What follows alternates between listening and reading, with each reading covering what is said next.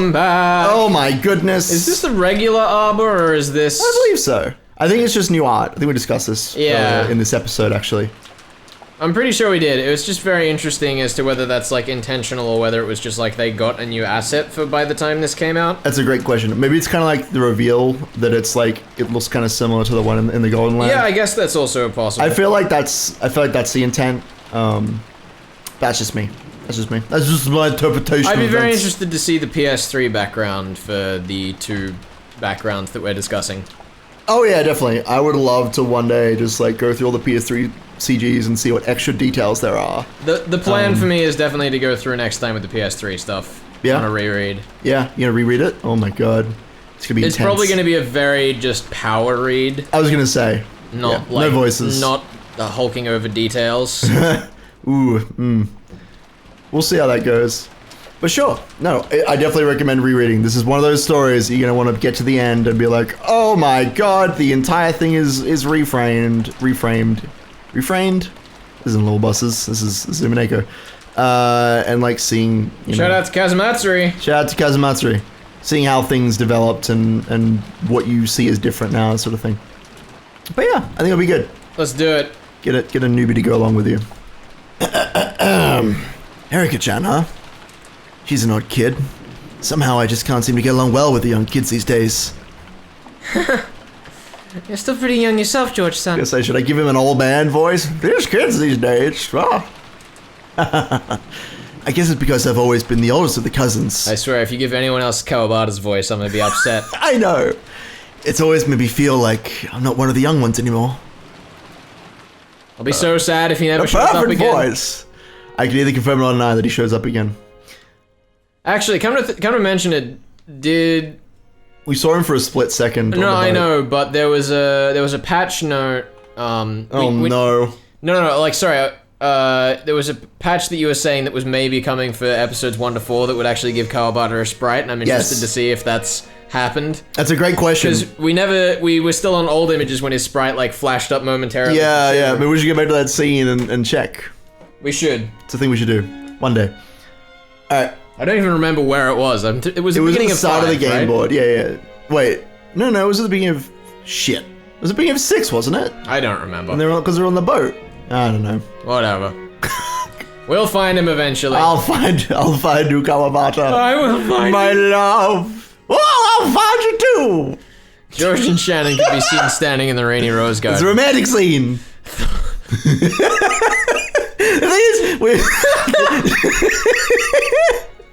I would like to say that we've gotten funnier, but by God, we go on so many tangents. They're just so pointless. Anyway.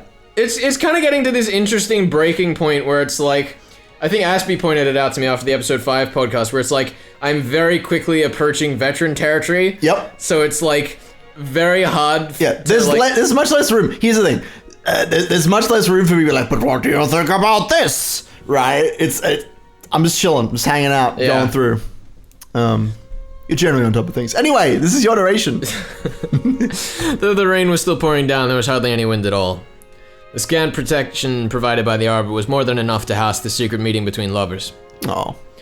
Following that fight with Erika, they decided to play some cards for a change of pace.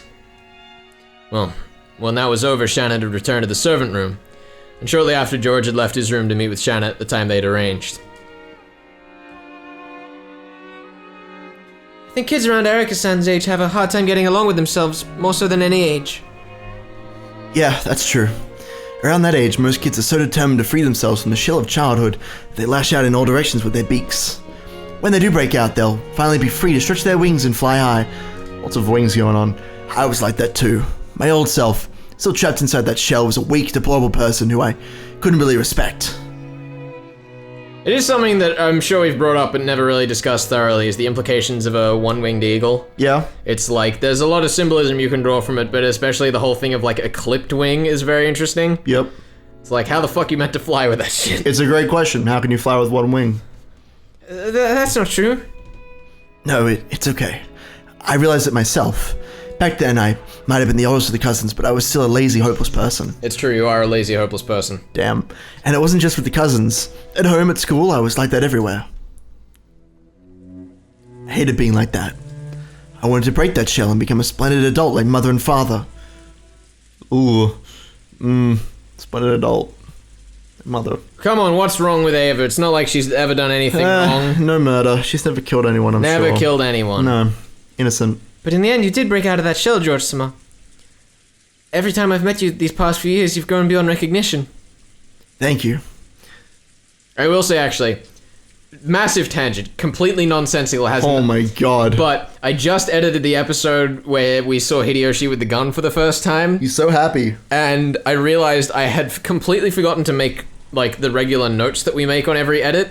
Oh. Because I was literally typing in, here we go, here it comes, we're almost there. So I got to the end of the edit. And I went back. What is that right up? Yeah, totally. That's great. I'm glad that Hideyoshi's taking up so much of your time and your brain space. Who needs theories when you have Hideyoshi with a gun? Did something cause you to make up your mind? To break out of my shell. Yes. I can't imagine that you grew so rapidly like a butterfly breaking out of its cocoon. But By just wandering around aimlessly. I thought there must have been some turning point that made you become so determined. I fell in love with you and grew thanks to the power of love, is what I've told you so far. But the truth is, the turning point was a much more negative emotion. No way. It's hard to believe that someone who's always bright and cheerful as you could have had negative emotions. Yeah, I mean, really, everyone else is perfect except for yourself. Yeah. Well, my parents brought me up to treat women with care, and I thought that I managed to live my life that way. Yes. I think you're wonderful, a real gentleman. But I'm not actually. I'm really... that opening line was like something bad's about to be told to us. We'll see. What? I didn't know how to interact with the opposite sex. I deified them excessively, and though I always behaved in a gentlemanly, ladies-first kind of way, I was probably outright afraid of interacting with girls. Of course, George had wanted to be around girls as much as any healthy boy might. However, he didn't know how to interact with them. He wanted to act like a gentleman to avoid being disliked by them, treating them with care. Those feelings, only the words treat women with care took precedence, blossoming him into a subconscious fear of women. You might call a man like that gentlemanly or a late bloomer. Ridiculous. I was just a coward. Because of that, I started to wonder why I couldn't get a girlfriend if I was so gentlemanly, and I eventually came to the conclusion that all the women in the world had no taste, and started to hate all of them selfishly. That's what a truly pathetic man looks like. How many years ago was it when I noticed?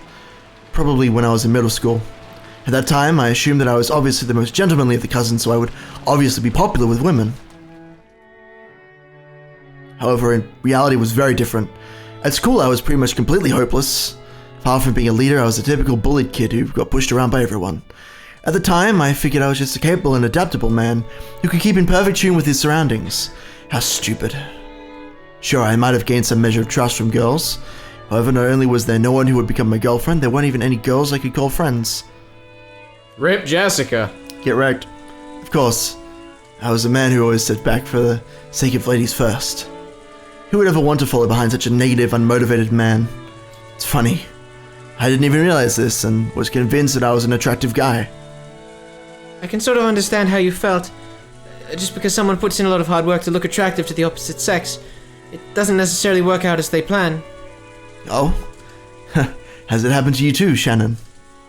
Of course. One time I wanted to catch a boy's eye so much I tried to put on makeup even though I didn't know how and embarrassed myself. I remember a lot of embarrassing failures. The person that made me finally get over my conceit and open my eyes was you, Shannon. No, it was both of you. What was the turning point for you, George-san?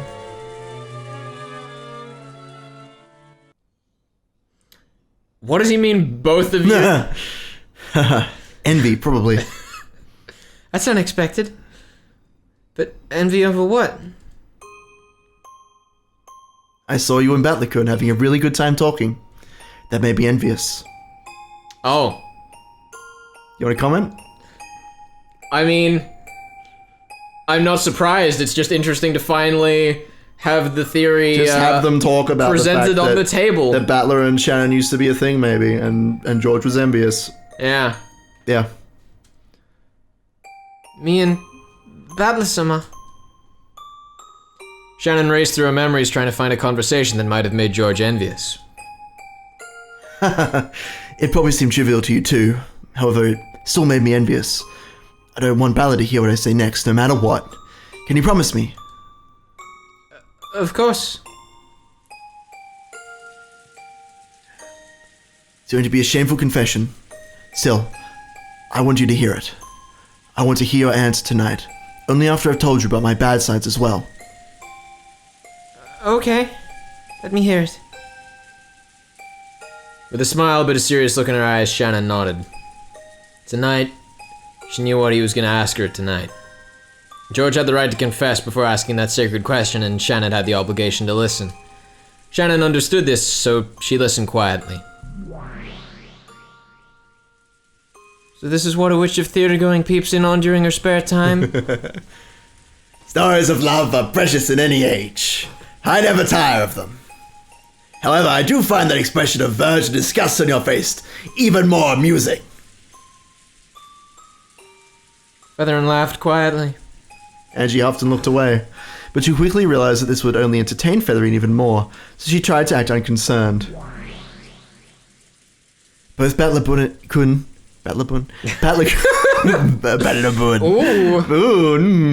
Both Batlakun and Jessica Chan have always been spirited. No, phrasing it that way is just dodging the issue. Let me be frank. Sayo. Oh my god. George looked up at where the moon should be high above the rain clouds and spoke. It's so anime. The single, moon beam comes down on his face. Yeah. Oh. They were honest words spoken simply from George's heart.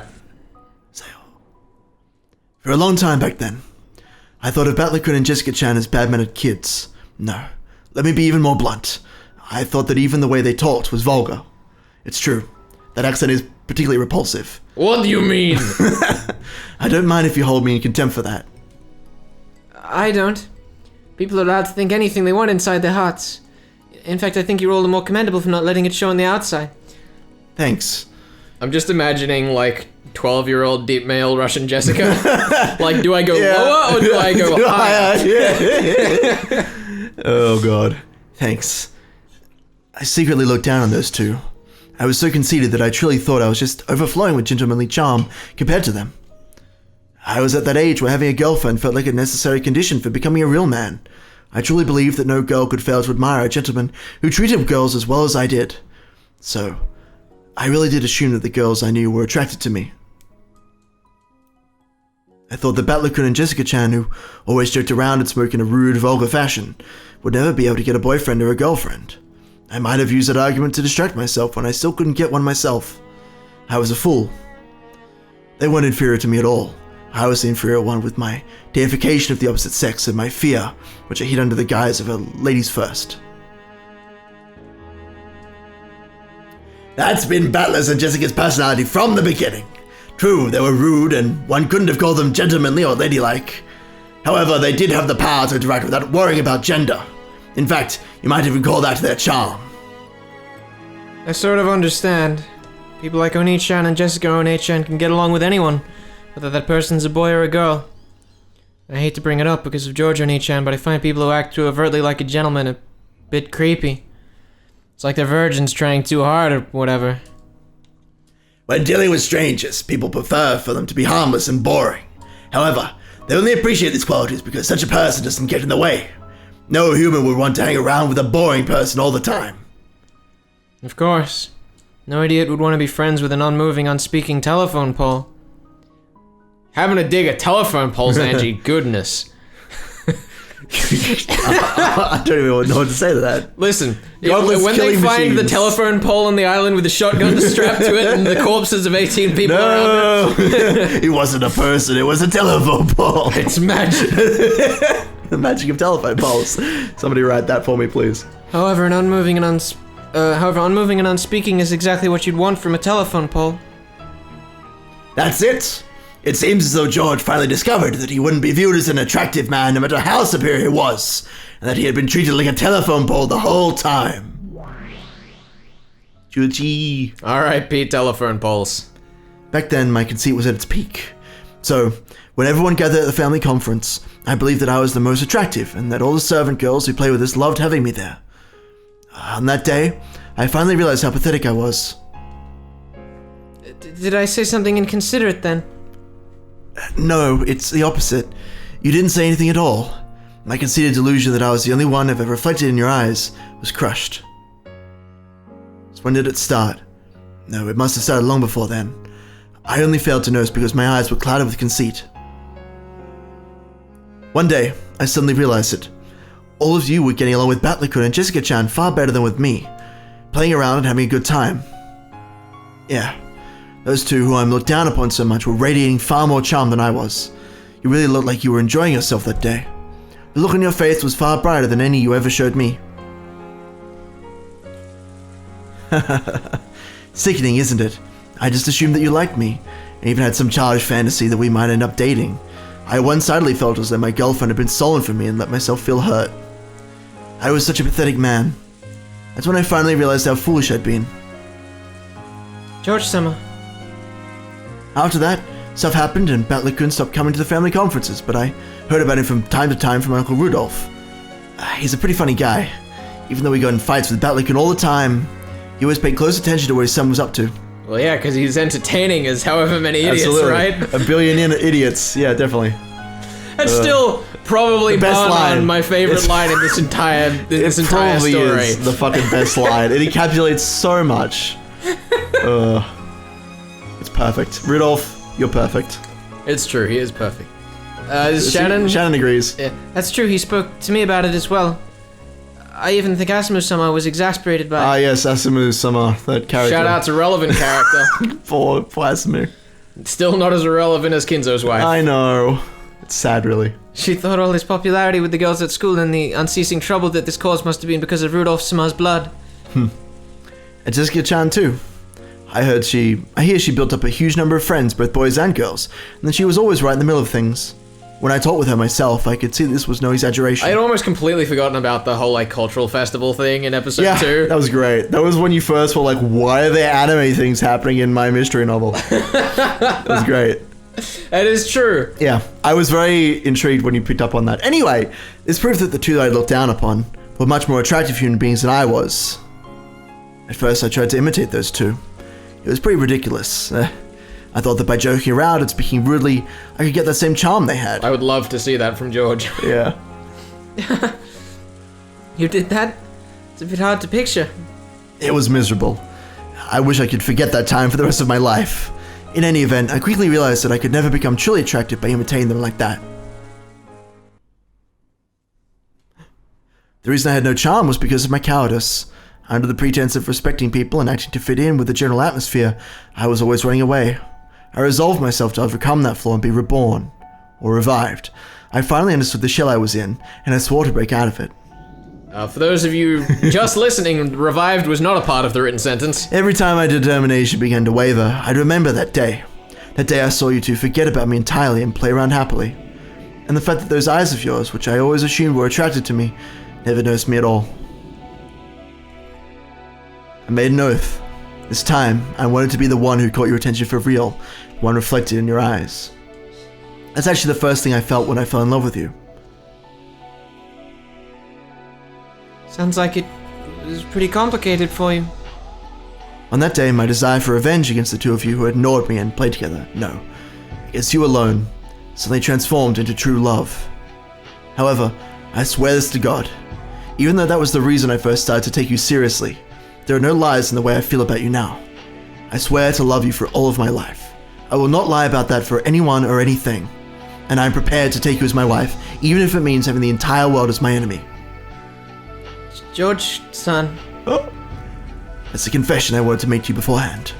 Before now, I've called you my first love, love at first sight. That was a lie. It was only my selfish, twisted... It doesn't matter. Shannon smiled, but she spoke forcefully enough to cut through George's words. Is there some rule saying that people can't get together just because they weren't each other's first love? Is it betrayal to forget the first person you fell in love with? Oof! Yeah. Right in the battler. Love isn't that simple.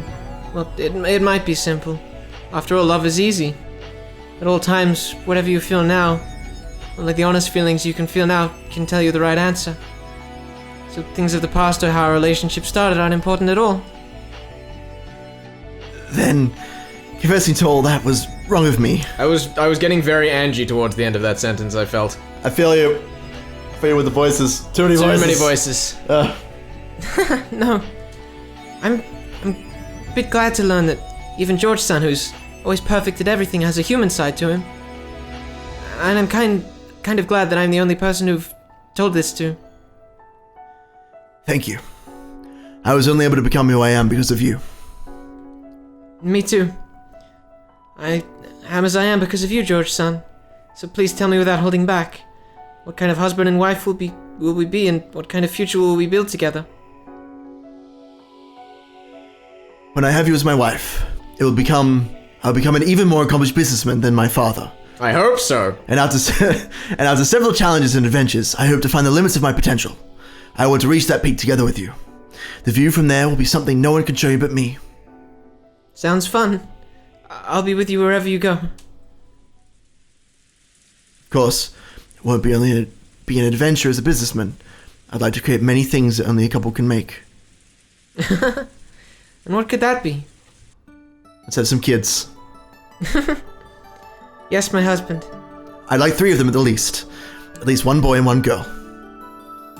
What if all 3 are boys? Then the next one might be a girl. We could have a 4th one. It doesn't matter how many. Let's enjoy the adventure of bringing them up together. And when those children eventually leave their nests, they'll make us some grandchildren. Before we know it, we'll reach a boisterous old age surrounded by a whole crowd of kids and grandchildren. And trap them all on an island and kill them overnight. Wow, rude.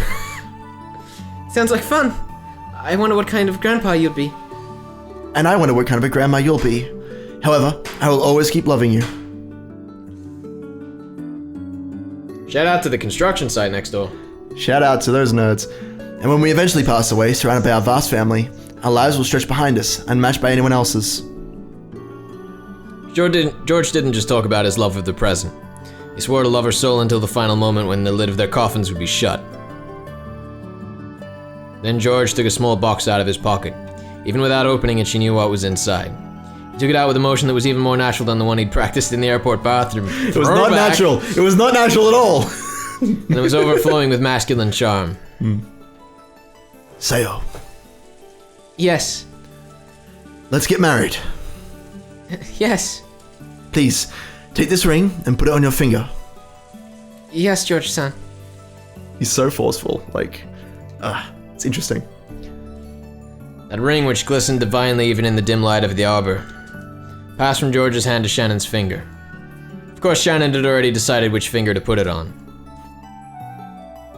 I swear to resolutely stand against any fate that may attempt to stand in the way of our future. George proclaimed that he would reveal their engagement to the entire family on the next day. My parents might criticize this marriage. However, I will not let them stop us. I'm going to inform them of our engagement, not ask for their permission. If Mother says that she won't allow our marriage, I plan to have myself disinherited and will leave this family together. I've been prepared for this since long ago. I swear once again to resolutely stand against all fates that get in the way of our future. George had said it aloud, so Shannon said the same thing. Me too. I swear to stand against all fates that get in the way of our future, George-san.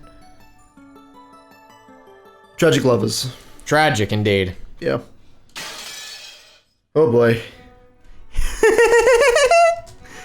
That this one? When will the crime start? I just about had it with this love show. Be quiet and watch. Sure, fine. I'd hate to yawn and let some spectacular bit of foreshadowing slip by. You have no love? Are there any mystery novels that accept love as proof? No, there aren't. Erica laughed coldly. I object. Erica laughed coldly and stared down at the two on the game board. Battler watched her quietly. Erica thought she felt a touch of pity in his gaze. She averted her eyes uncomfortably. I do understand, more or less, love can at least become a motive for murder. I can interpret the scene beneath the arbor to represent a possible motive for the crime if their engagement is somehow impeded. Then again, no matter how much people talk of love with words that aren't read, it's all just an illusion. That's sad. So you can never love a human without proof given to you by a witch. Please, put an end to this frivolous love talk. I'm your enemy, not a friend to whom you can talk about love just for the hell of it. We're back to that random wedding scene at the beginning. Yeah. Whatever the fuck that means. Yep. I can't understand you at all right now. What on earth did you figure out? Weren't you and Beardo always insulting and trying to kill each other? What kind of truth could you have reached to make you change your emotions regarding her? Please don't tell me that the feelings of true love have sprouted from your murderous rivalry or anything like that, okay?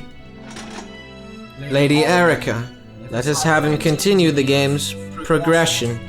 Boring love scenes such as this are best finished quickly. Damn. You've got a point there. Sorry for butting in. Come on, let's move on.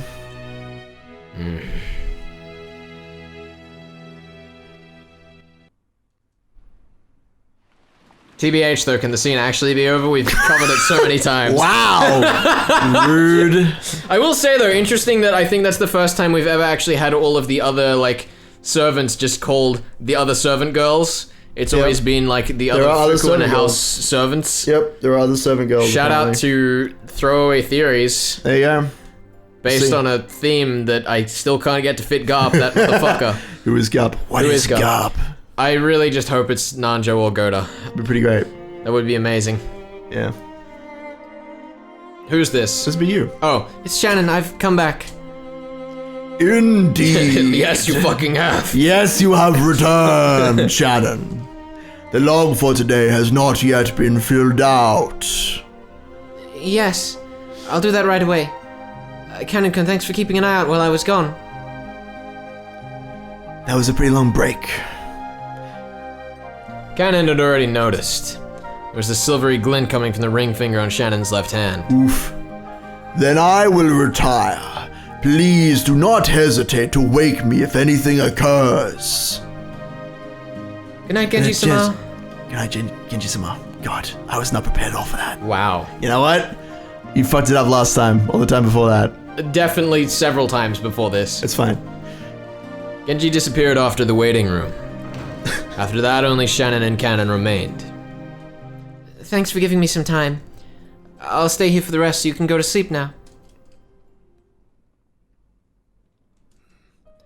So, it's my turn next. Yeah. Sorry, but we aren't going to lose. And I won't lose either. Even though you've always been a coward and let Milady take the lead until now. Wasn't it you who told me, Ne-san? What did I teach you? The past is immaterial when it comes to love. The present is all that matters. If that's true, then I think my present is in no way inferior to yours, Ne-san. Shannon and Cannon glared at each other with serious eyes. A period of tension vanished when Shannon chuckled. Yeah, that's good. You and Milady have to give it your all. If you do end up together, make sure you build up a relationship wonderful enough that the rest of us can cheer you on with all our hearts. Well, you do have a huge lead on me. There's no helping that. That's what you get for your cowardice before now. I know. That is my sin. Shannon and Cannon fished around in their pockets and drew out small things that glittered gold. They looked like the left and right wings of a gold butterfly. We are furniture. In order to become human and receive the miracle that allows us to love, we must rely on a miracle of magic once again. To think that her bridge would actually prove useful. It's the only magic within our reach. It was the golden butterfly brooch, which Beatrice had once given to Shannon in the hopes of creating love between her and George. Shannon then gave it to Cannon, but he let his emotions get a hold of him and crushed it to pieces. So when the two wings they held were brought together, it would regain the form of a beautiful butterfly. Then I'll be back soon. After all, they've asked me to play cards with them. Yeah. Good luck. I'm sure Milady will be happy. It's a bit embarrassing. Enjoy that feeling. Cannon left the servant room. He went to go see Jessica and tell her what he'd determined to do. Shannon quietly watched him go. The fragment of the brooch in the engagement ring let off a gold and silver glint. Yeah.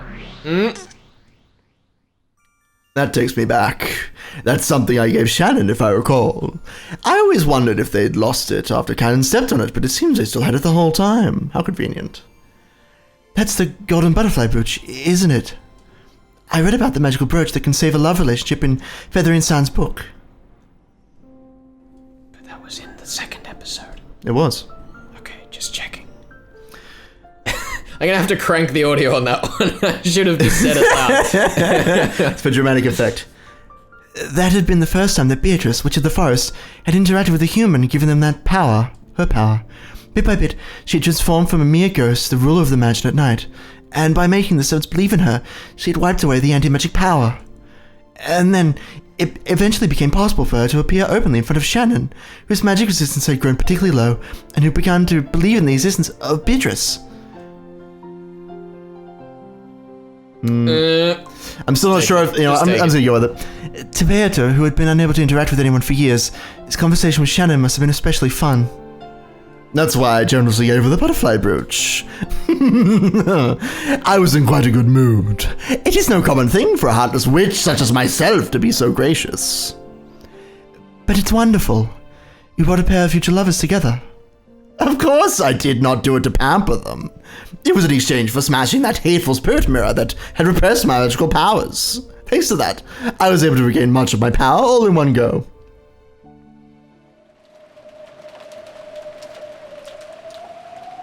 But then, one night, purple lightning smashed the shrine. Those of the surrounding islands called it an evil omen. Oh, now that I think of it, that must have been a prelude to Beatrice Samar's resurrection. Why call it purple? Purple lightning. Is that a thing? I have no idea. Okay, whatever. Kumasawa had the rest of the night off, so she let Erika talk her into drinking a bit. Was chatting about the legend of Kujikishima, and Beatrice in a happy, tipsy mood. Erika would nod from time to time, but besides this, she listened in complete silence. She wasn't actually taking notes, but she was gathering information on the whiteboard inside her head. Then she frowned as though noticing something out of place and held up her hand. Wait a second. Yes? That shrine was built by a traveling Shukenja monk to seal the evil spirits of Kishima. We got this, we nailed this the first time it showed up, and now we're just fucking it up. We're just slowly decaying. If anyone hasn't been watching for long enough, we mean like the first time way back in episode 2. In episode 2. It was fucking nailed it. It was episode 1. Anyway. It was episode 2 because it wasn't talking about the shrine and shit. Right. Kishima. Isn't that right? Yes, that is correct. It was one who possessed a vast supernatural power and who placed that power within the mirror.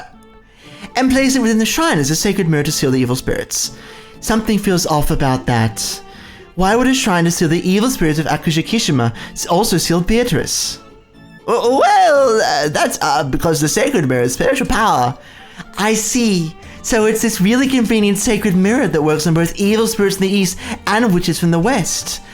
Got it. I'm still not satisfied, but I'll back off there for now. What I don't understand is why Beatrice can't send spiderwebs. According to the legend... I'll take this.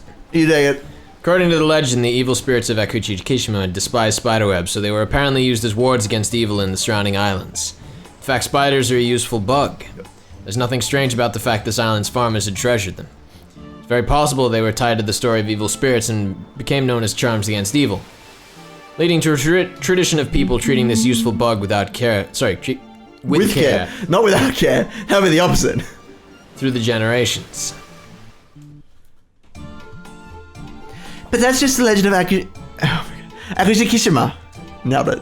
The origins of the legend of the witch Beatrice came after... You actually got it right, but it sounded like you were just trying to do it so fast that it wouldn't matter if you got it wrong. Because that's kind of how you're supposed to say it. You're supposed to be like, Kishima. Yeah, like that's how you're supposed to say it. If you put too much emphasis on the wrong syllable, you get the wrong word.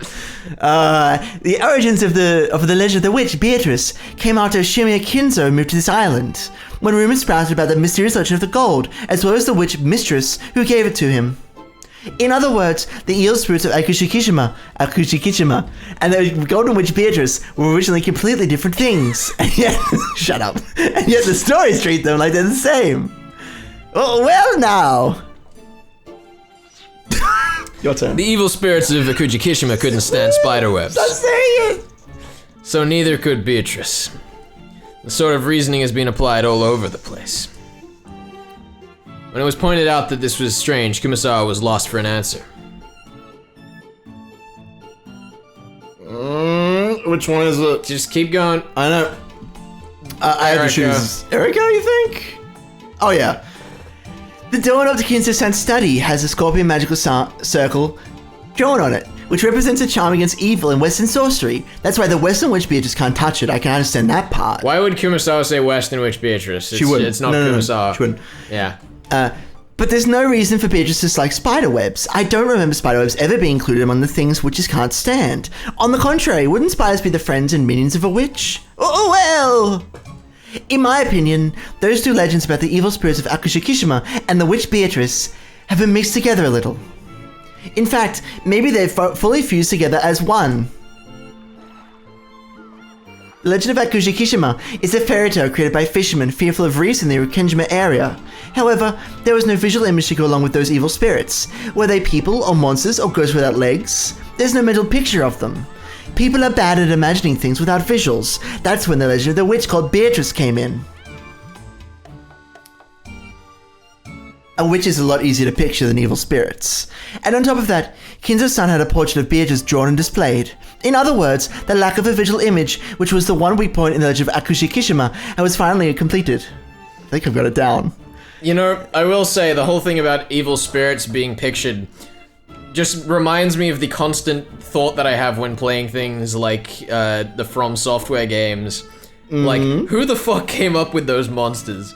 Some of them just make no fucking sense. I don't know what that is. Dark Souls and Bloodborne. Oh, and shit. Yeah, no, totally. Like, what are those monsters? How do you come up with that shit? It's a great question. How does one create a monster? Let's find out. Since then, perhaps the two legends have been mixed together.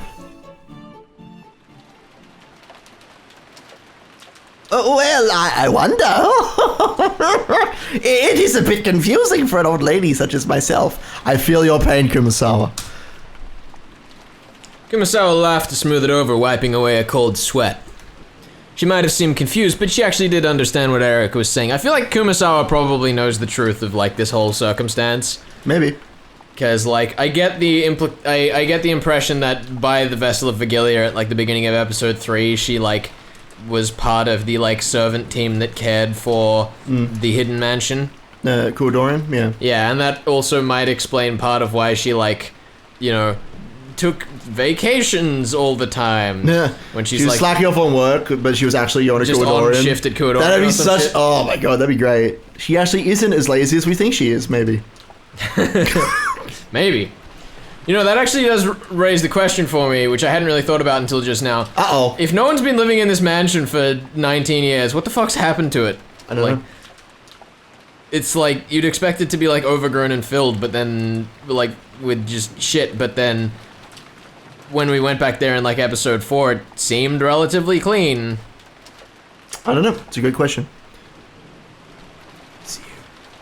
Yeah, in truth, she'd been vaguely aware of how the legend of Akushikishima, which had been around here before as Shirumi Kinzo had come to Rikkenjima, and the legend of the Golden Witch, the story of the woman who'd given Kinzo a vast quantity of gold, had both transformed. She didn't want to acknowledge it, but she knew.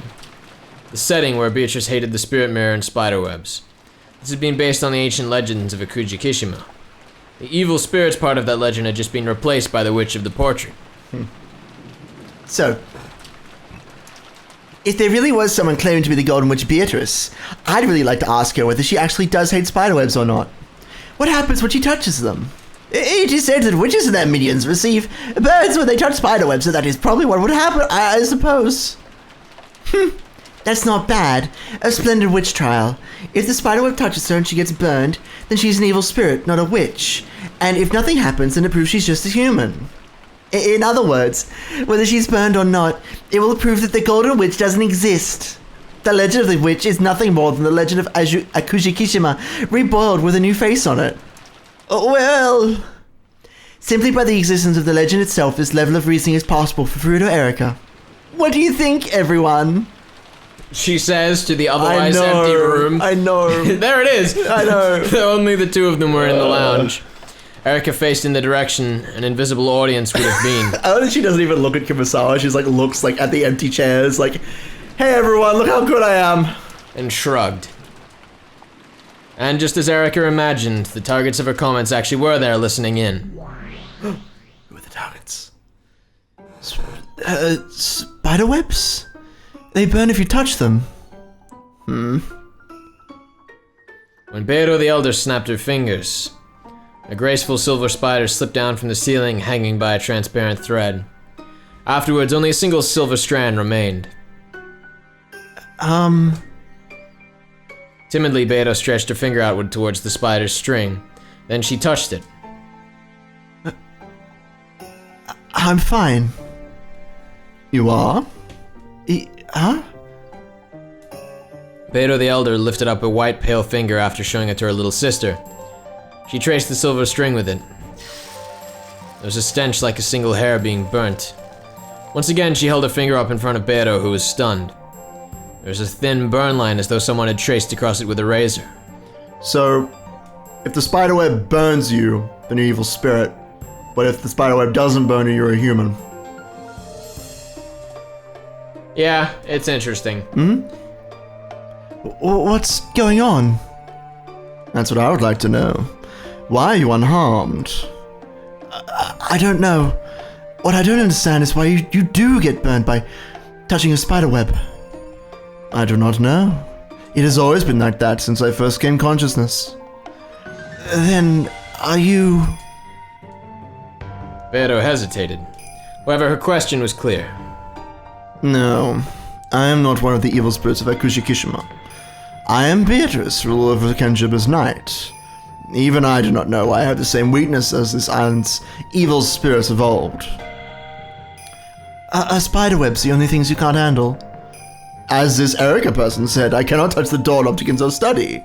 That scorpion magic circle burns me. For me, trying to open the door to that study is like trying to pick a red-hot horseshoe out of a fire.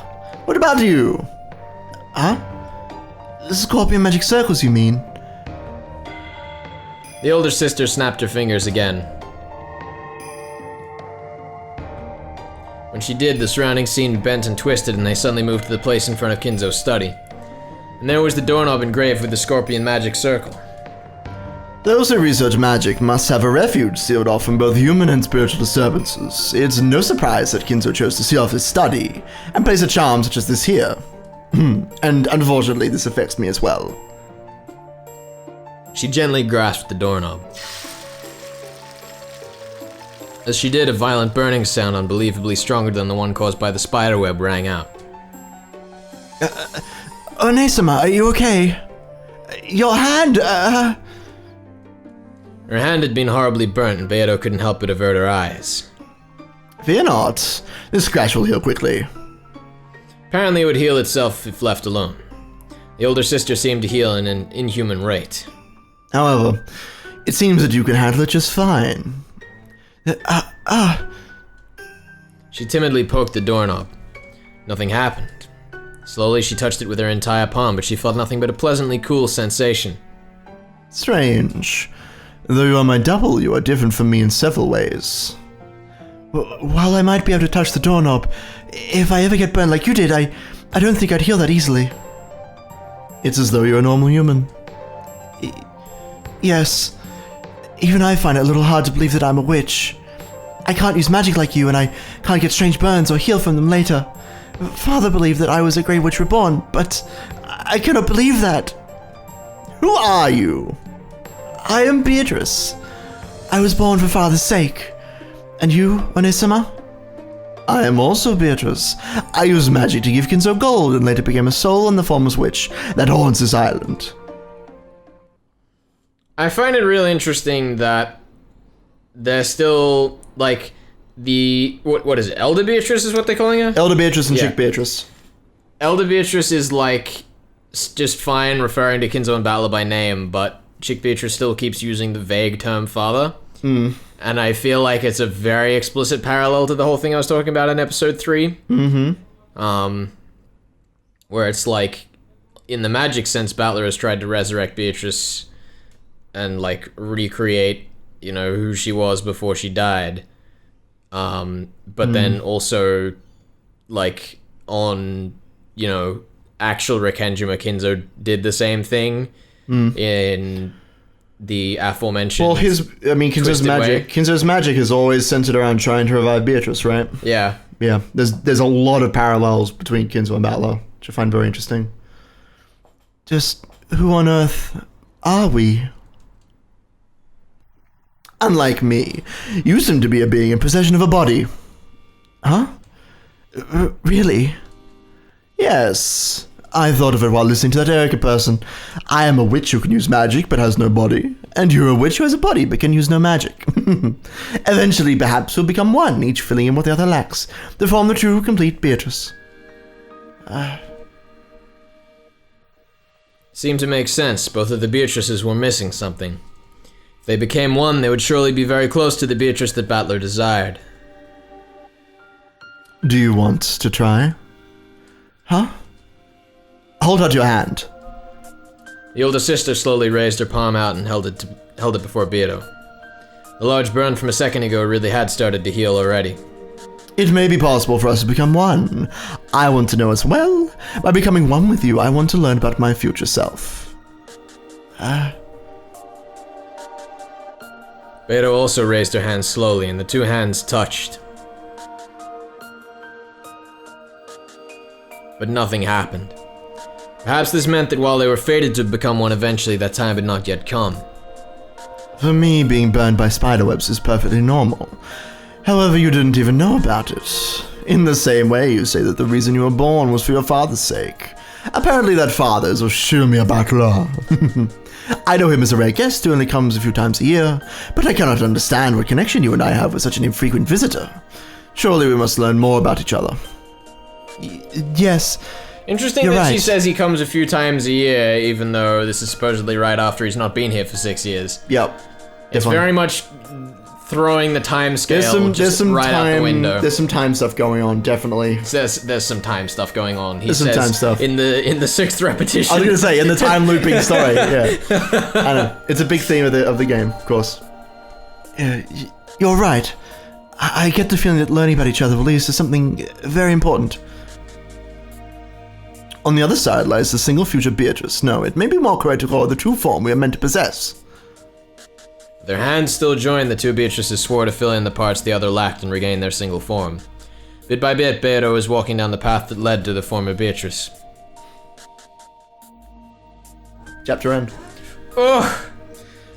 What are chill endings to these chapters? I'm you know? enjoying it lots. It's a very interesting, what's the term? Flow, I guess? It's Story definitely beat? more, it feels a lot more like episodes 1 and 2 did at the start. It absolutely does. EP5 is very fast paced, and other than that one Erica magic fight scene with Maria, it's been pretty chill. I'm also going to do a lot of the voices that I haven't got to do very much, like Genji and Canon in the last little while. Yeah, it's also,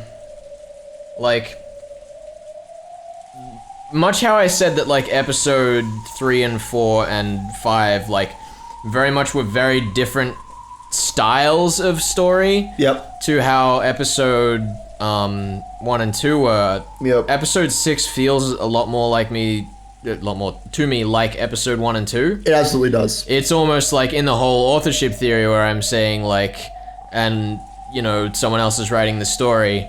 It's very interesting that, with Battler having reached the truth, the next episode is a lot more like the 2 games that supposedly the culprit wrote. Yeah, definitely. It's definitely a thing. It's almost like, finally having understood it, he's able to construct a game that, the culprit actually would have made. Definitely. I definitely feel that. Well, see you all next time. Next time. Next time.